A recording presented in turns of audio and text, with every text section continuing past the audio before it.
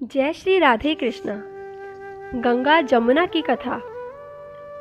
दो बहनें थीं, एक गंगा और एक जमुना।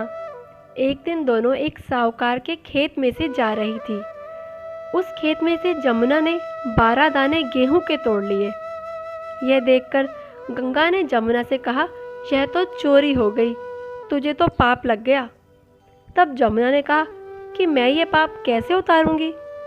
गंगा ने कहा कि साहूकार के यहाँ 12 बरस तक नौकरी करने से उतरेगा। जमुना साहूकार के यहाँ गई और बोली कि मुझे यहाँ नौकर रख लो, परंतु मैं 4 काम नहीं करूँगी।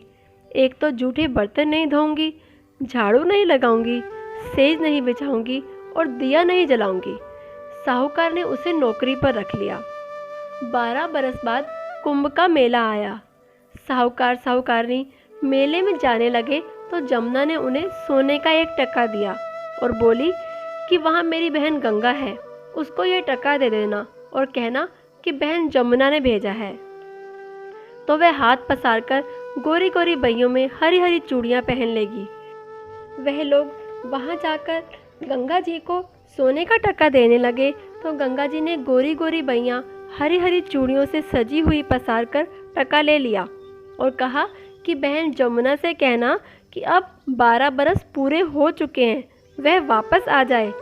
साहूकार साहूकारनी ने घर जाकर जमुना से कहा कि तेरी बहन बोली कि अब तेरे 12 बरस पूरे हो चुके हैं, तू वापस आ जा। इतना सुनते ही जमुना सहस्त्र धारा होकर बहने लगी। जब साहूकार साहूकारनी को पता लगा कि माता जमुना हमारे यहाँ काम करती थी तो वह यह सोचने लगे कि हमसे यह पाप कैसे हो गया। उधर जमुना गंगा के पास गई तो गंगा ने पूछा कि तू साहूकार साहूकारनी को सांत्वना देकर आई है कि नहीं। जमुना बोली कि मैं तो बिना कुछ कहे ही आ गई।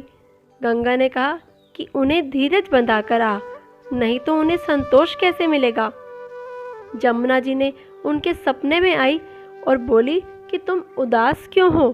वे बोले कि हमने आपसे सभी उल्टे सीधे काम करवाए हैं, हमें पाप लगेगा। जमुना जी ने कहा, नहीं, आपको पाप नहीं लगेगा। मैंने तुम्हारे खेत से 12 दाने गेहूं के तोड़ लिए थे, जिससे मुझे पाप लग गया था। मैं वह पाप उतारने आई थी। तुम उठो, तुम्हें कोई दोष नहीं लगेगा। तुम्हें खूब धन की प्राप्ति होगी और मोक्ष प्राप्त होगा। हे जमुना माता, जिस प्रकार आपने साहूकार साहूकारनी को दिया उसी प्रकार सबको देना। कहते सुनते हुंकारा भरते सारे परिवार को देना। जय श्री राधे कृष्णा।